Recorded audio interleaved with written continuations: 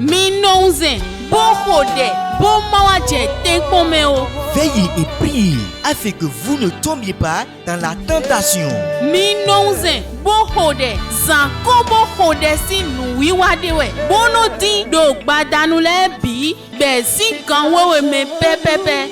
Veillez et priez, c'est tous les soirs à partir du 0 heure avec Loin de Dieu, Nikano Ayoso. C'est là que je trouve ma victoire. Fire! As one of mountain. Ce soir, Flee me. souviens-toi de moi. But alors, Ce soir, flee me. souviens-toi de Il moi. dit à flee Mephibosheth moi. Tu t'es souvenu de Bon, moi. présente ton Dieu. Et ça vient changer. But alors, Ce soir, flee me le Dieu de souviens-toi de moi. Flee me, but alors. Souviens-toi de moi. Hola!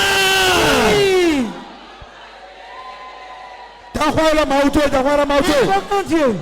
Oh Jésus! Oh Jésus. Maou Mephibosheth. Madame Mephibosheth. Et à Kanchero. Annonce-le. À Santierier. Voici mon jour. Remoutierier. Voici mon moment. Jésus! Jésus. Free me! Souviens-toi de moi. Free me! Souviens-toi de Free moi. me! Souviens-toi de Free moi. me! Souviens-toi de moi. Hold on. Voilà. Maou Mabo. Panique aussi comment toi?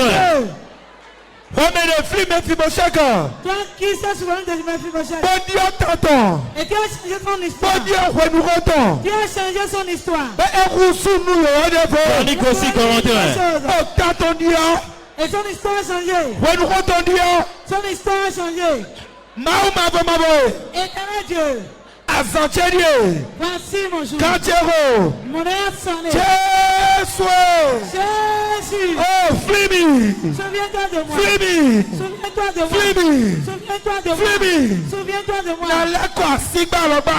Je ne vais pas rentrer le temps que je suis venu. Nakosifia sigba Je ne loba. vais pas rentrer la même vie. Adona wa sotanda no pesa cheme. Tu dois opérer quelque chose de ma vie. Adona Dieu tante tanda. Tu dois changer mon histoire. Chedona gbogbo egbe. Pour moi, c'est différent aujourd'hui. Egbe chedona gbogbo. Pour moi, c'est différent aujourd'hui. Egbe kwenuko chedona dia. Mon histoire doit changer aujourd'hui. Nderona husu no pesa cheme. Quelque chose doit changer aujourd'hui. Nderona dia no pesa cheme. Quelque chose doit changer dans ma vie Esi aujourd'hui. kwenuko no dia no pesa cheme. No. Ye ya fi chebe.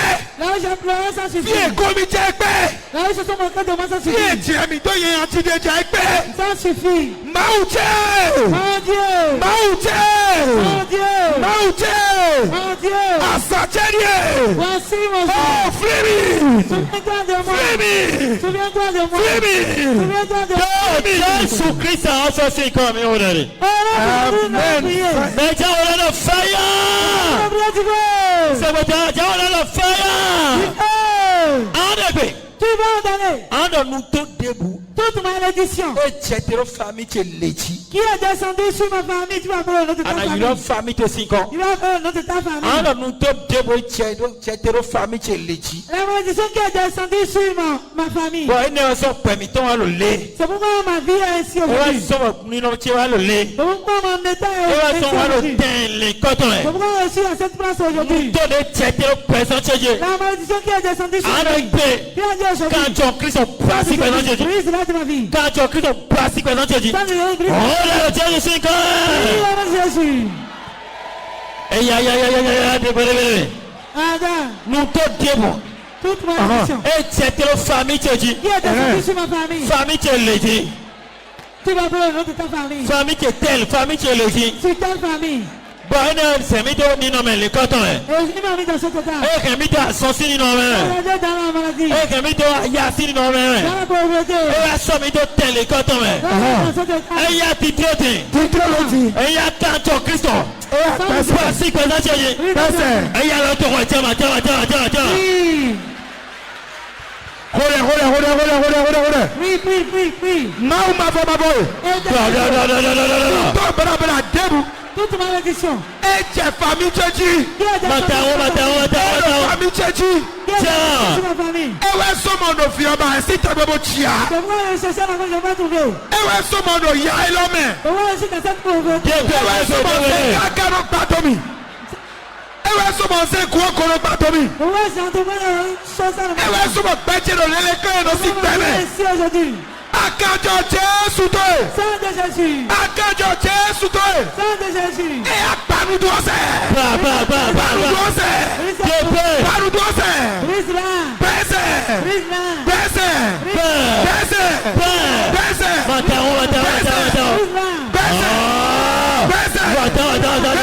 Brise-la. Nous doit de famille Tchétchi. La maison est sur ma famille. Elle va se me filer au couteau, mais. C'est pourquoi il y a des enfants qui meurent. Elle va se me faire quelqu'un qui nous les torrents. C'est pourquoi on ne jouit pas de son bonheur. Elle va se me nommer nous mais les péria. C'est pourquoi il y a le bonheur pour les gens. Elle va se me sous nos plaies, mais. C'est pourquoi il y a le divorce. Elle va se me nos pères sous blé. C'est pourquoi il y a le divorce. Elle va se me nos hommes. C'est pourquoi il y a la dette. Elle va se me nos péria. Et il y a nous un petit. Aujourd'hui. Titroloti. Maintenant. Titroloti. Maintenant. Akájọ Jésù tó yẹ. Akájọ Jésù tó yẹ. Akájọ Jésù tó yẹ. Ẹ yà gbẹ́sẹ̀. Gbẹ́sẹ̀. Brise-la. Gbẹ́sẹ̀. Brise-la. Gbẹ́sẹ̀. Brise-la. Nous deux à 50 et ton frère de un ton famille. Disons qu'il a quitté la bouche d'un sorcier. Nous deux états inondés comme ton famille. La disons qu'il a quitté la bouche d'une Nous tête. deux grand-papa de comme ton famille. D'un grand-père d'ici la Bah nous famille. deux éléments est timido. Et je suis dans cette maladie. Nous deux éléments est saoulé. Je suis grandi dans cette Mais maladie. nous y a ton ou pas tu es. Et elle dérange ma vie. Et nous y a ton ou pas si quand tu es. Elle dérange mon moyen Et financier. nous y a ton ou fititi tu es. Elle dérange mon enfantement. Et nous y a ton ou c'est ta quand tu es. Oh Jésus. Oh Jésus. Akájọ Jésù tó yẹ. Sang de Jésus. Akájọ Jésù tó yẹ. Akájọ Jésù tó yẹ. Ẹ àgbàrúdọ̀. Brise cette maladie. Bẹ́sẹ̀. Brise-la. Bẹ́sẹ̀. Brise-la. Bẹ́sẹ̀. Brise-la. Bẹ́sẹ̀. Jésus Christ a sorti comme il est. Au nom de Jésus, nous avons prié. Mais on est le fire. Pendant que nous prions du feu. Tu vas ordonner. Si tu cherches ta délivrance, fais bien cette prière. Tu vas ordonner. Le toi combat qui a poursuivi mon père, qui a poursuivi mes grands ancêtres, mes grandes mères, et il les a conduits juste dans la maladie, dans la souffrance, dans la pauvreté. Et il ne peut pas relever la tête. Le combat les a été. Et ce combat me poursuit aussi. Ce combat qui a poursuivi mon père, il me poursuit aujourd'hui. Tu vas regarder ta vie. Quelle souffrance, dans quelle souffrance ton père est passé? Dans quelle souffrance ton père est passé? Quel malheur les frappe? Et c'est tombé sur toi aussi. Ils sont restés dans la pauvreté. Et toi aussi c'est la pauvreté. Dans la stérilité. Et toi aussi c'est la stérilité. Le combat qui les a poursuivis. Ce combat qui a poursuivi mon père. Et il n'a pas relevé la tête. Ce combat me poursuit aussi. Il me poursuit. Il me poursuit. Il me poursuit. Il me poursuit dans la maladie. Dans la dette. Dans la honte. Il m'a dit aujourd'hui. Oh mon Dieu. Ce soir. Dans cette nuit. Finir ce combat. Finir ce combat. Finir ce combat. Finir ce combat.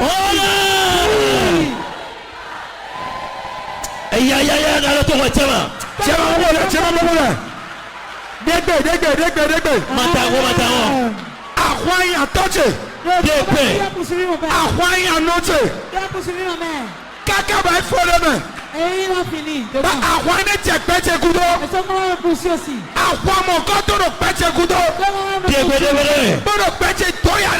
Il dérange nos vies. Le combat de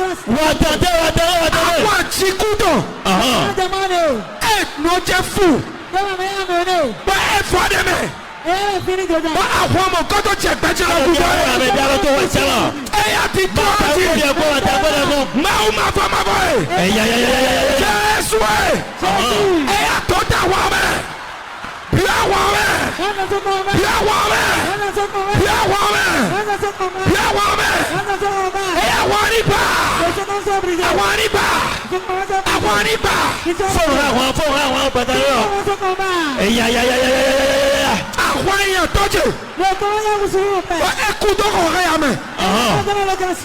Àwọn èèyàn tọ́jú. Le commence à poursuivre mon père. Ẹgbẹ́ kàrí mú wọ̀. Le commence à le carré. Àwọn èèyàn tọ́jú. Le commence à poursuivre mon père. Ẹ̀kọ́ kàrí mú kọ́ mọ́ gbà. Il a fait le carré mais il n'a pas construit. Àwọn èèyàn tọ́jú. Le commence à poursuivre mon père. Bọ̀nù ẹ̀kọ́ ìbí ẹlẹ́sà. Et tu peux là le voir. Bọ̀yẹ̀dẹ̀ sùn jẹ́ sísájí. Ya. Nkó sa kàrí ọ̀. Nkó sa mọ́tò ọ̀. Nkó sa kẹ̀kẹ́ ọ̀. Ya, dégbé. Àwọn ọmọ kọ́tọ̀rọ̀ yìí àmì rẹ̀. Ó Jésù ẹ̀. Oh Jésus. Ẹ̀yà tó tà wọ́n mẹ́. Tó tà wọ́n ẹ̀. Tó tà wọ́n mẹ́. Tó tà wọ́n mẹ́. Ya. Dídúrólódì. Dídúrólódì. Dídúrólódì. Dídúrólódì. Ẹ̀yà fóònù wá wá. Rakata. Fóònù wá wá. Àwọn mẹ́. Àwọn ẹni gbígbà. Kata. Ẹni gbígbà. Attendez. Ẹni gbígbà. Ya. Ẹni gbígbà. Dépé. Ẹni gbígbà. Dépé. Ẹni gbígbà. Ẹni gbígbà. Àwọn àsọdọ̀. Àwọn àfidọ̀. Àwọn diabẹ́tidọ̀. Àwọn àwọn ìdíhùn àtọ̀tọ̀. Àwọn anukúsọ̀dọ̀. Àwọn afọ̀sọ̀dọ̀. Àwọn ẹnẹ̀rẹ̀ yẹ̀wé. Àwọn àṣetọ̀ rẹ̀ yẹ̀wé. Ẹ̀yìn àtọ́dọ̀ rẹ̀. Ẹ̀yìn ànọ́gbọ́dọ̀ rẹ̀. Gàgà rẹ̀ jí rẹ̀. Àwọn ẹ̀rẹ̀ jẹ̀ wọ́n fífọ̀ kúdọ̀. Ẹ̀yà jẹ̀ kúdọ̀. Bọ́ ìyàwó rẹ̀. Ó máa jẹ́. Sáyà. Báwo rẹ̀. Tó dà wọ́n rẹ̀. Fọ́nà wọ́n. Fóònù rẹ̀. Rakata. Rebobobo shaba. Dẹ́gbẹ́. Keterebo shaba baba. Àwọn ẹ̀jẹ̀ ní ó jẹ́ kúdọ̀. Le commence à suivre ma mère. Àwọn ẹ̀jẹ̀ ní ó jẹ́ kúdọ̀ náà súnwẹ́. Attends. Bẹ́ẹ̀ ni àsúgbẹ̀ ha. Et ma mère n'a pas resté sur le dos de Marie. Àwọn ẹ̀jẹ̀ ní ó jẹ́ kúdọ̀. Le commence à poursuivre ma mère. Dà súnwẹ́. Dans le dos de son mari. Bẹ́ẹ̀ ni àsúgbẹ̀ ha. Elle a mangé de son mari. Yẹ́wẹ́ yẹn. Elle a chassé. Máa jẹ́. Mon Dieu. Báwo ọmọ kan tó fún tètè ìdọ̀jì. Et son comment me poursuit aussi. Ó lọ kú lọ́dún àsúnjẹ́ sí gbẹ́ o. Elle a mangé de mon Lọ mari. àsúnjẹ́ àgbẹ̀kẹ́. Comment elle a sauté de Máa jẹ́. Mon Dieu. Ẹgbẹ̀dì. Ce soir. Ẹgbẹ̀dì. Ce soir. Dídúrólódì. Maintenant. Ẹ̀yà bí àwọn ọmọ. Rentre dans ce combat. Tó dà wọ́n mẹ́. Rentre dans ce combat. Tó dà wọ́n mẹ́. Tó dà wọ́n mẹ́. Tó dà wọ́n mẹ́. Tó dà wọ́n mẹ́. Àwọn arígbà. Rakata baba. Àwọn èèyàn náà jẹ́. Bobo sheketerebo. Bọ̀ fi kú ìfìlọ̀ kú ni. Et elle a demandé. Fìwẹ̀ ló ní. Il a demandé. Bá àwọn ọmọ kọ́tọ́ kọjá ilé sùkúdọ̀. Elle me poursuit aussi. Tiens. Wọ́n lọ pè ní. Bá àwọn ọmọ kọ́tọ́ kọjá ilé sùkúdọ̀. Et ce comment me poursuit. Bọ̀ kó lọ pè pè dọ́mi wẹ̀. Et elle a fausse couche. Ẹ̀yà ti dúró lọ́dì. Maintenant. Máa wù jẹ́. Mon Dieu.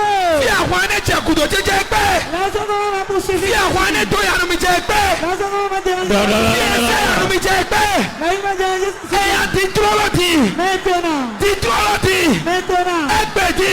Aujourd'hui. Jésù ẹ̀. Jésus. Ẹ̀yà tó dà wọ́n mẹ́. Rentre dans ce combat. Tó dà wọ́n mẹ́. Rentre dans ce combat. Tó dà wọ́n mẹ́. Rentre dans ce combat. Ẹ̀yà fóònù rẹ̀.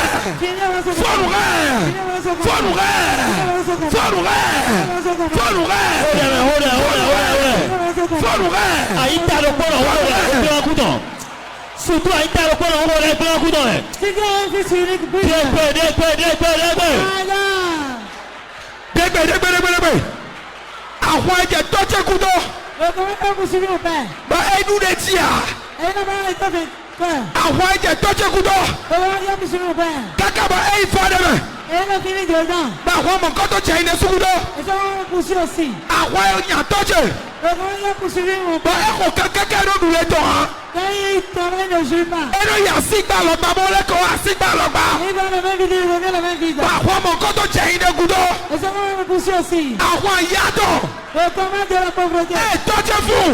Quand mon père est mené. Bá àwọn ọmọ kọ́tọ́ kọ́ jẹ́ ilé kúdọ̀. Et ça m'a poursuivi aussi. Bọ́ọ̀nù kálí ìdúsọ̀ ẹ̀họ́ ẹ̀. Et je mange des gars pour. Àlọ́ nù tẹ̀wọ̀ tí lọ́dún rú. C'est difficilement je mange. Bá àwọn ọmọ kọ́tọ́ kọ́ jẹ́ ìgbẹ́jẹ́ kúdọ̀. Comment me poursuit? Bọ́ọ̀nù yíyan mi rẹ̀. Il me chasse. Ẹ̀rọ gbẹ́jẹ́ yàn wẹ̀. Chasse ma vie. Máa wù jẹ́. Mon Dieu. Jésù ẹ̀. Jésus. Ẹ̀yà tó dà wọ́n mẹ́. Dans ce combat. Tó dà wọ́n mẹ́. Dans ce combat. Tó dà wọ́n mẹ́. Dans ce combat. Tó Tọ́jà wọn mẹ́. Ẹgbẹ̀dì. Ẹgbẹ̀dì. Ẹ̀yà fọ́ọ̀nù ká wọn. Fọ́ọ̀nù ká wọn. Fọ́ọ̀nù rẹ̀. Fọ́ọ̀nù rẹ̀. Jésù Kristo ọjọ́ sí kọ́ yóò rẹ̀. Amen. Fire. Fire. Jira pẹ̀lẹ́ àdó àmọ́ kó dẹ́ bó dúró àwọn àti. Tu as quelques minutes, mais il faut prier pour être vainqueur. Ayọ̀ Jésù sí kọ́ àsọ̀tọ̀. Tu vas avec le Jésus, toi. Àwọn tabla pigba mẹ́tọ̀ débù. Tout foulard spirituel. Tabla pigba mẹ́tọ̀ débù. Tout foulard spirituel. Bàkú pigba mẹ́tọ̀ débù. Tout chapeau spirituel. Àsíá pigba mẹ́tọ̀ débù. Tout drapeau spirituel. Eno tó ta yẹn kan ló pẹ́ sánchéjì. Qui m'amène le malheur sur ma vie. Wòde bunu ìtọ̀nà jàwé. Quand la bénédiction vient, Drapeau ló fi lẹ̀. le drapeau est là. E mo yànnà tó jàwé lóye. Quand trouve ton bonheur, Dàgbé atọ́rẹ́ jàwé lóye. le bienfaiteur, Dàgbé dé jàwé yọ. quand un bien vient, E n'o bolo de y'an cɛ yin zi. le drapeau balance. E yà n'o mɔ ko Lui, il a déjà vu. e cɛ yin zi ko wọn. Il fait des mouvements. N tó lẹ bi n'o pili. Et tout ce Dàgbé atọ́ tó lẹ n'o lẹ́kọ̀. tes biens Tó nà lẹ n'o se lẹ́kọ̀. retournent, les bénédictions se Ayọ̀ retournent. Jésù sí kọ́ àsọ̀tọ̀. Tu vas avec le nom de Jésus, tu Tabla vas débù. tout foulard, Bàkú débù. tout chapeau, Àsíá débù. tout drapeau Eno té. qui est debout. Wọ́n tọ̀ eko ìta yẹn kan ló pẹ́ tẹ́tí. Et qui m'attire le malheur sur ma vie. Wòde bolo tọ̀nà lé jàwé. Au moment où une bénédiction vient pour moi. Dàgbé atọ́ lé jàwé nù yàn. Quand le bienfaiteur vient Eno pour yìí moi. mọ̀ dà wọ́n tọ̀ ta yẹn kan ló pẹ́ tẹ́tí. Il m'amène le malheur sur ma Àwọn vie. lè pẹ́. Tu vas dire aujourd'hui Ẹ̀yà ni wuli mi ọ̀. qu'ils soient consumés, Ẹ̀yà ni wuli mi ọ̀. qu'ils prennent feu, Ẹ̀yà ni wuli mi ọ̀. qu'ils prennent feu, Àwọn lọ tó wọ̀ ẹ̀. qu'ils soient Àwọn lọ ni wuli mi ọ̀. qu'ils prennent Ìyá feu, wuli mi ọ̀. qu'ils prennent feu. Àsíá yóò tè. Le drapeau qui est Wọ́n lọ debout, dàgbé tiẹ̀ jàwé. qu'ils voient mes biens, Wọ́n tọ̀ ta yẹn kan ló pẹ́ qu'ils tẹ́tí. m'amènent le Ẹ̀yà ni wuli mi ọ̀. qu'ils prennent feu. Tọ́tí ẹ̀kọ́ èrè à. Lọ́tí ẹ̀kọ́ èrè à. Fídíò wòde. Ní wuli mi ọ̀. Àṣebá lè jẹ́ èrè à. Ní wuli mi ọ̀. Ọ̀rẹ́. Ọ̀wẹ́. Attends. Iya. Prie. Dépé. Adonne. Matao. Dégbé. Rakata rabababa. Tabla debout. Tabla debout. Rakata. Àsíá debout. Et dodo pẹ́jẹ́gbé. Vous êtes dans la maison. Et no sọ́ọ̀jì. Débé. Et no sàmó bla tara nu mi. Vous êtes dans la maison. Et no yàndàgbé atọ́jú lọ́dọ̀ sọ. Et c'est pourquoi le bienfaiteur. Mẹ́rẹ̀ já wà dàgbé nu mi yọ. C'est le bienfaiteur qui vient. Et no yàn ìtọ́sọ̀. Il est chance. Mbáwù jẹ́. Mon Dieu. Ẹgbẹ̀dì. Aujourd'hui. Fídíò àsíá rẹ̀. Où se trouve le drapeau? Fídíò tabla ìbìlà mi dẹ̀. Iya. Ẹ̀yà ni wuli sọ. Qui prend Ẹ̀yà ni wuli sọ. Ẹ̀yà ni wuli sọ. Qui prend feu? Ẹ̀yà ni wuli sọ. Qui prend feu? Tabla inú tó ta ìran kẹwàá nu mi. Le foulard commet le malheur. Tabla àṣebìlà nu mi. Le foulard qui est la saison. Ẹ̀bìlà nu mi náà ló kọ́ kí mẹ́. Ils ont besoin d'être dans les hôtels. Ẹ̀bìlà nu mi sí pẹ́ẹ́díjẹ́. Ils ont besoin d'être Ẹ̀bìlà nu mi sí fùjẹ́. depuis mon enfance. Bẹ́ẹ̀ ni kò rẹ̀ gbẹ́nu mi wẹ̀. Et ça vous donne la fausse couche. Ẹ̀dà tọ́kọ̀ rẹ̀ gbẹ́nu mi wẹ̀. Ça vous donne la fausse couche. Dàgbẹ́ jàwé ẹnu ṣe tukura wa. Quand vient ça, Ẹ̀yà ti tó lọ́dì. maintenant, Ẹgbẹ̀dì. aujourd'hui, Jésù ẹ̀. Tọ́ẹ̀sọ̀.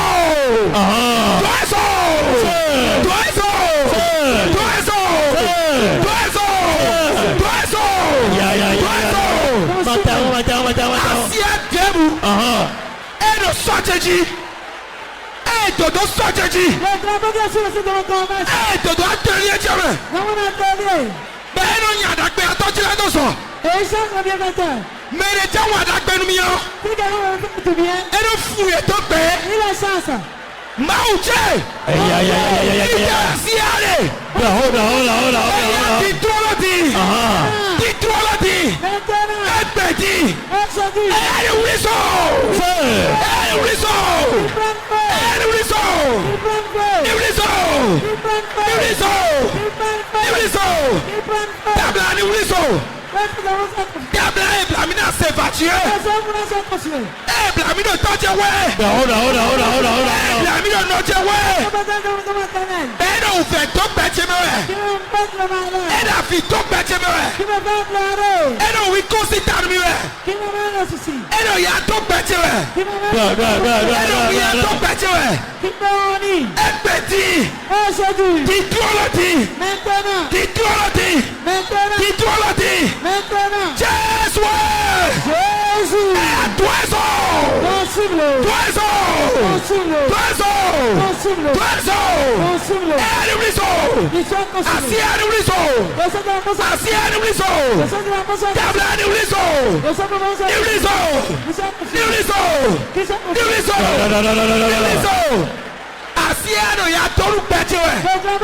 Jésus Christ a entendu comme Amen. Fire. Jésus est tiré pour me le pour me. Jésus est né là où les brebis restent. Bon, d'accord, on les localisé ton. Et ces bienfaiteurs l'ont localisé. Pourquoi ils l'ont vu? Pourquoi ces bienfaiteurs l'ont vu? À cause de son étoile. Son étoile a brillé. Il y a beaucoup de personnes qui sont debout, mais ils se forcent, mais ceux qui font ils ont de grands diplômes.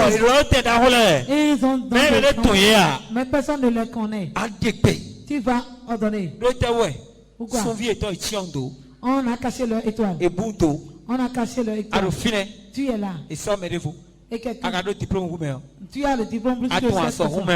Tu connais le travail plus que la personne. Tu vas invoquer le nom de Jésus une fois avec force. Le nom de Jésus une fois avec force.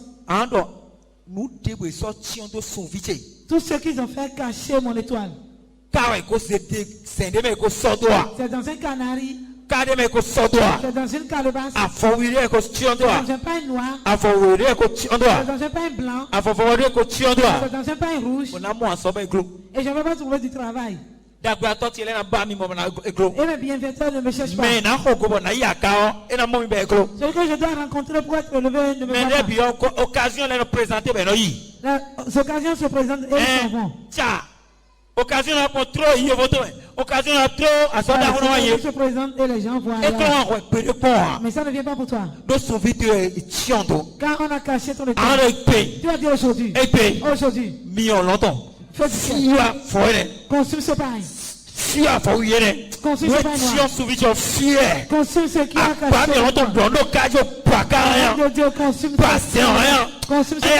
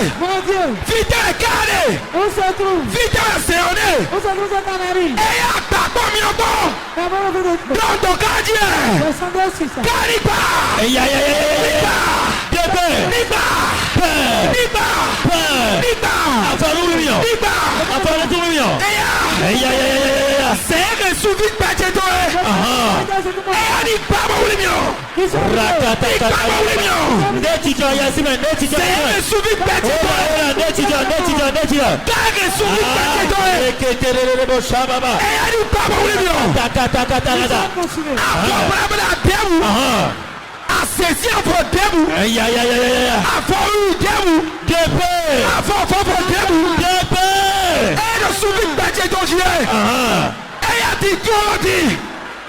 Eya mi ọ̀rọ̀ dán. Eya tó àfọ́sọ.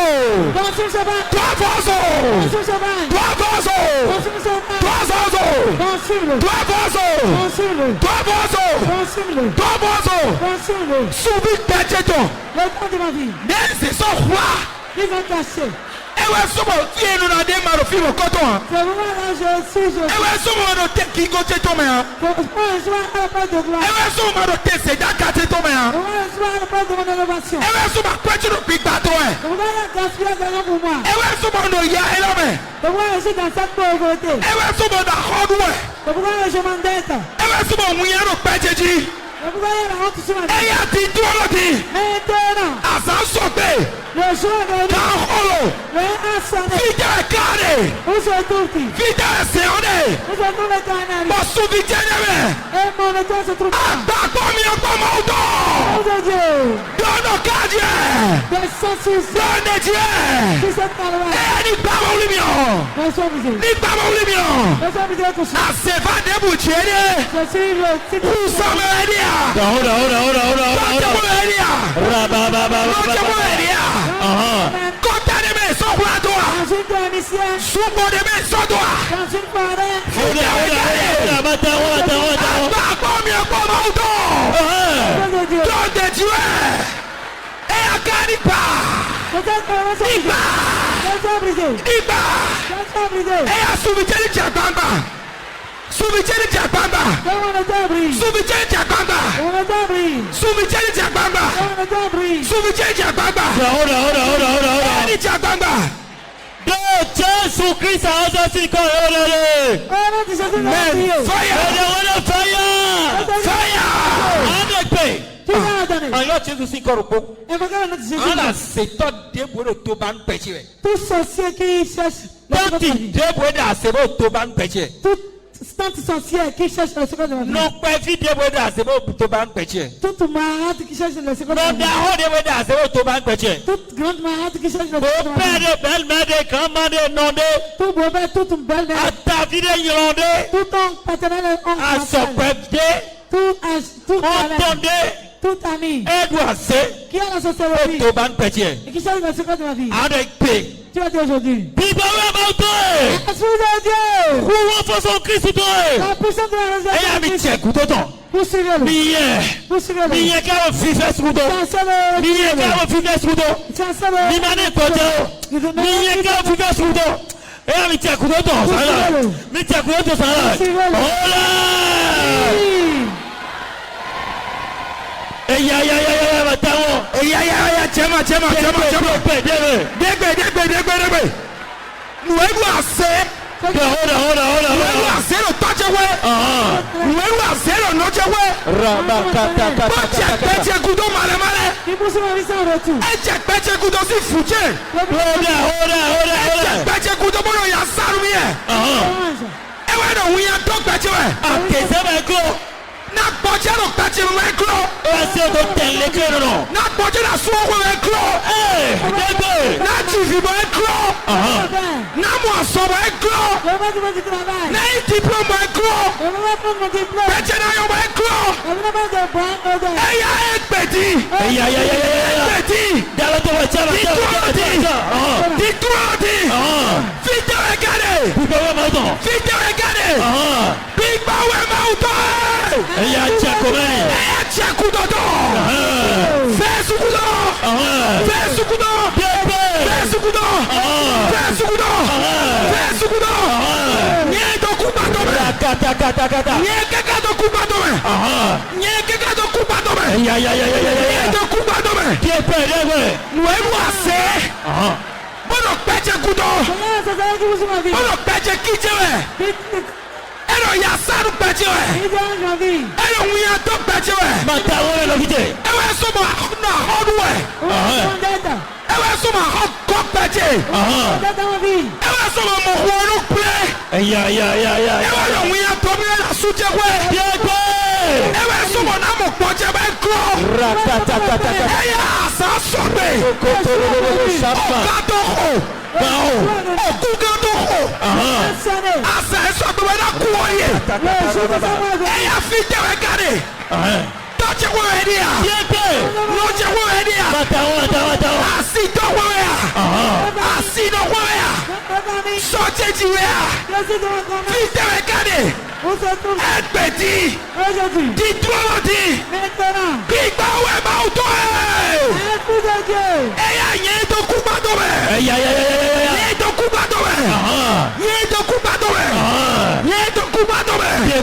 Yẹn tó kú gbàdọ̀ rẹ̀. Súnmẹ̀ rẹ̀ à. Yọ̀wẹ̀ à. Yọ̀gbọ̀bùwẹ̀ à. Tọ́tìwẹ̀ à. Nàgàwẹ̀ à. Nàfíwẹ̀ à.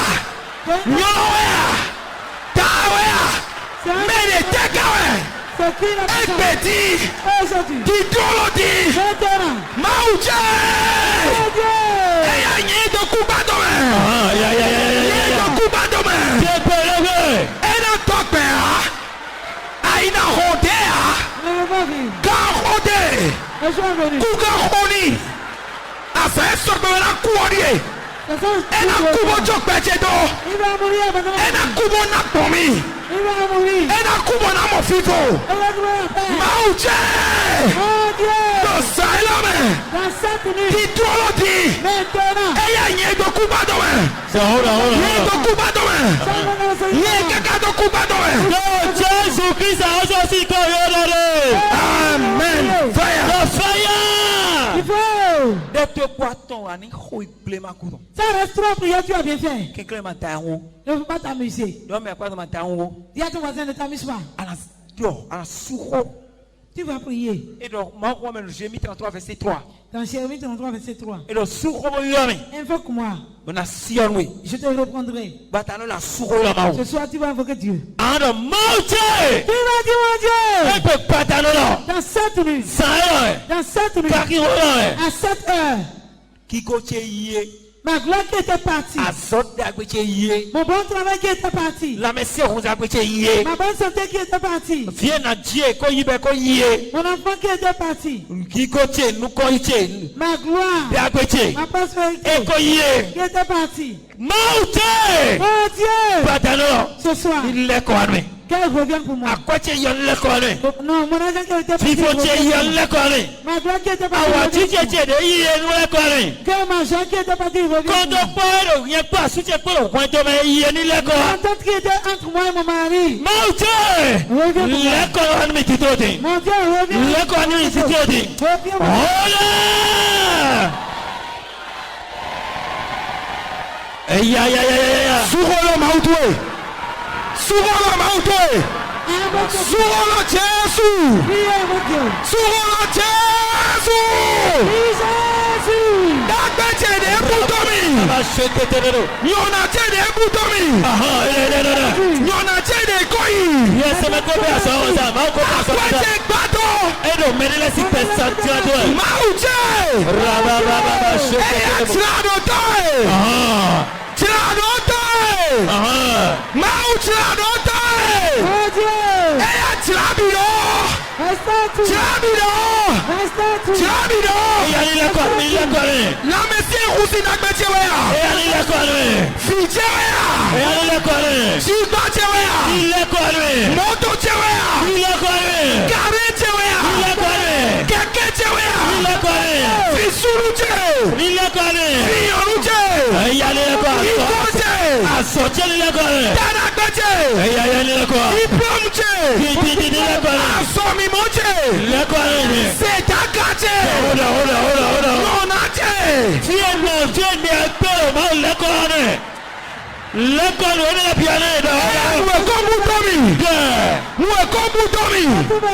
Mauche. Eya lekonu biwa.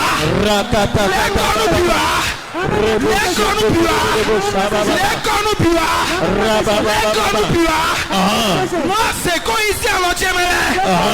Moi qu'on tombe. Ma voix. Oh, viens flimi. Eya lekonu biwa. Lekonu biwa. Ekbedi. Ditrolodi. Do sotoji. Oh, Mauche. Lekonu Moto Chewea. Ma voiture. Carré Chewea. Ma carré. Keke Chewea. Ma moto. Fipo Chewea. Mon terroriste. Chiba Chewea. Mes filles. Asu Chewea. Mon mari. Fi Chewea. Mes enfants. Kiko Chewea. Ma gloire. Sedaka Chewea. Mon élévation. Nyona Che.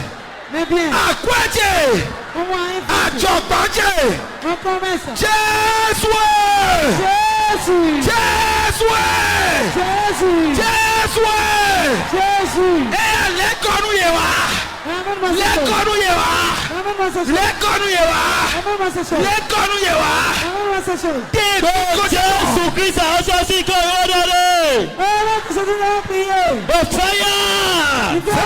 Àwọn ọ̀dọ́ lọ sí sọ́sọ́tọ̀. Tu vas bien faire cette prière. Àwọn ọ̀dọ́ mọ̀ọ́tẹ̀. Mon Dieu. Wero wesuka disi amion e. Ceux qui courent de gauche à droite. Wero pe. Ceux qui est vivant. Wero wesuka e. Et qui courent Adisi amion e. de gauche à droite. Bonu yen o che ni ple. Pourquoi pour moi ça Bonu demande? aso ni pe ni. Pourquoi je perds mon Bonu travail? asu ni pe mi. Pourquoi mon mari se Bonu aso fait? me je na no. Pourquoi je reste dans la Wero maladie? wesuka e. Ceux qui courent. Bonu yen ma keze pere o. Pourquoi je ne suis pas élevé? Wero wesuka e. Ceux qui courent. Nu yen je na yen to Qui e. est la honte pour moi? Àwọn ọ̀dọ́ pe. Tu vas dire aujourd'hui.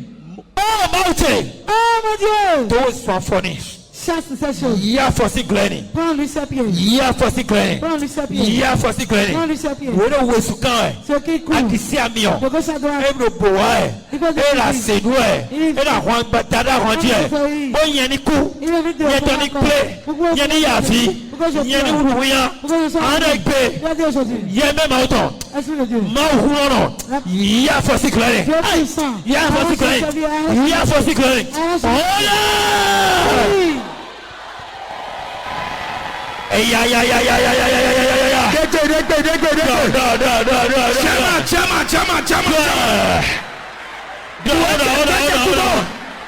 Nuero wesuka e. Ceux qui courent. Nuero wesuka no sateti. Ceux qui courent dans la vie. Nuero bamlo to no same. Mono wesuka bo ato we. Qui courent dans la salle. Nuera sedu ta seji we. Ceux qui prennent de la salle. Nuero hoho ma to hoho ji we. Ku domike. Asuni gle domike. Pourquoi je prends mon mari? Madu ahoke. Où je m'endette? Madi fitioke. Où j'enterre mon enfant? Madu wiake. Je sens en lit. Nuero wesuka bo sateti we. Ceux qui courent dans la salle. Nuera sedu ta seji we. Nuero bo ato bo ji we. Jeni gle utu we. Numadu wia utu we.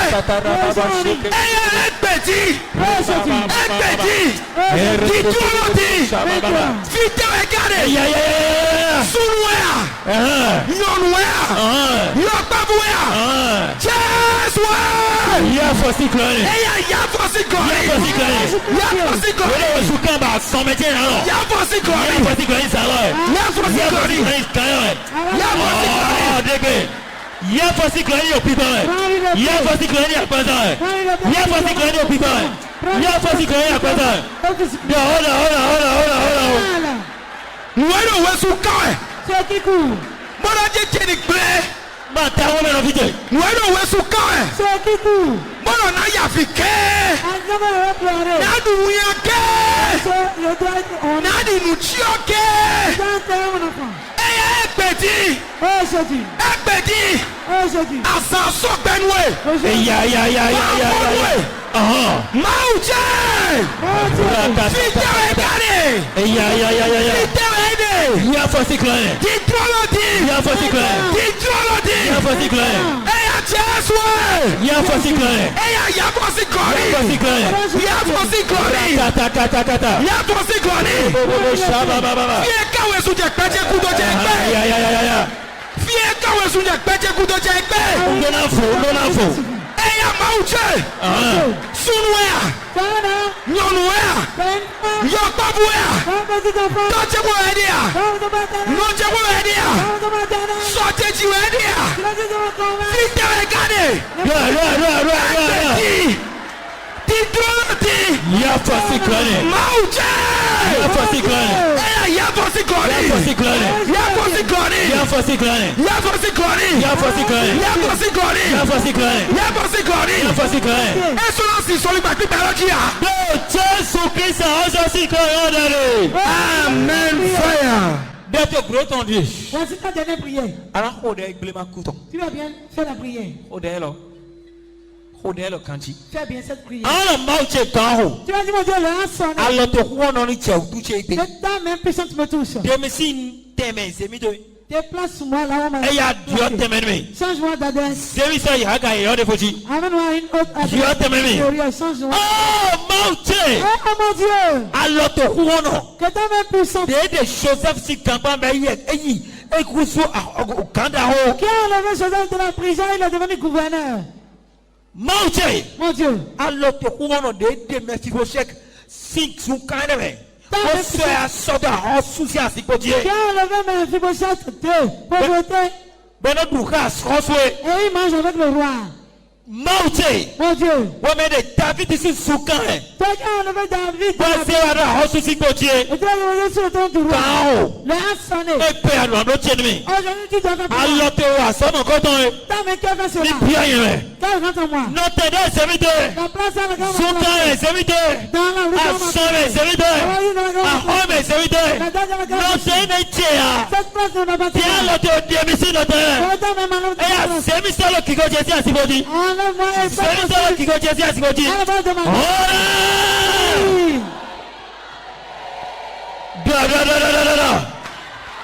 Dọ̀họ́ Mauche. Súnmọ́ ọmọ yẹn. Mauche. Mon Dieu. Alọ gbígbà wẹ́tọ̀. Alọ sẹ́wẹ́tọ̀ mẹ́tọ̀. Alọ sẹ́wẹ́tọ̀ mẹ́tọ̀.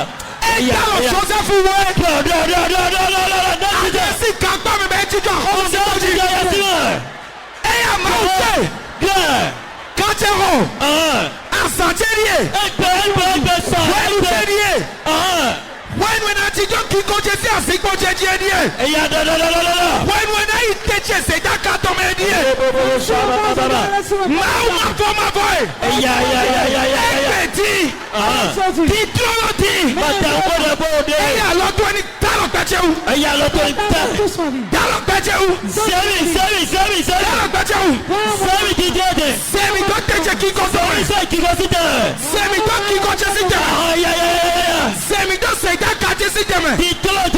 Semi do chigba jesi teme.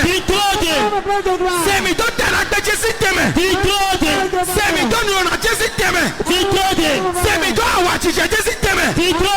Semi do chigba jesi teme. Semi do awachije jesi teme. Asuri je fiji jesi teme. Alors Mauche. La main puissante de Dieu. Alors Mauche. La main puissante de Dieu. Et à cette daga. Voilà ma tête. Cette daga. Voilà ma tête. Moi c'est de te garome. Teme oulanou péché. Et à Mauche. Mon Dieu. À Santier. Voici mon jour. Kantier Roy. Voici mon alliance. Egbe à Santier. Aujourd'hui c'est mon jour. Egbe à Santier. Aujourd'hui c'est mon jour. Egbe à Ouenouché. Aujourd'hui c'est mon moment. Alors Bigba Wedo. La main du Saint-Esprit. Et à cette péché de Sédaka Siteme. Prends-moi bien de vous sur la Cette péché de Kingo Jésiteme. à la place de gloire. Notre aide c'est semi de démission notre. La place où la Saint-Esprit. Notre aide attendez à c'est dans les serviteurs. Là la Saint-Esprit déposé. Oh mon Dieu patano. Audience. Démission notre. Ce soir. Ah on aussi notre. Allons. Démission. Ah fiti notre démission. Semi de notre qui go cheton. Cette place. Dieu nous termine. Alors Mauche. Teme no touch away. No kije do netito do mata. Teme no touch away. No tijo. Bono kudo yame. Secrétaire de Bocha. Bono kudo kheme. Bono kudo wiyame. La place de la Saint-Esprit. Bono kudo khogayame. Et il va dans la pauvreté. Alors Mauche. C'est Dieu. Et à demisi tereme. Allez-moi de cette place. Demisi tereme. Allez-moi de cette place. Teme no touch away. No. Bono yonu ya. Teme ya tonne no. La place de pauvreté. Mauche. Mon Dieu. Yena no tereme ha. Comment est-ce que Egbe ya Voici mon jour. On est à sonner. La puissance de Dieu. Arrête ma vie. Et demande à la porte de gloire. Minonze, bohode, bomawaje tekpomeo. Veillez et priez afin que vous ne tombiez pas dans la tentation. Minonze, bohode, zankobo hode si nuiwadewe. Bonodi do gbadanule bi, besi kanwewe me pepepe. Veillez et priez, c'est tous les soirs à partir du 0 avec Loin de Dieu, Nikano Ayoso. C'est là que je trouve ma vie.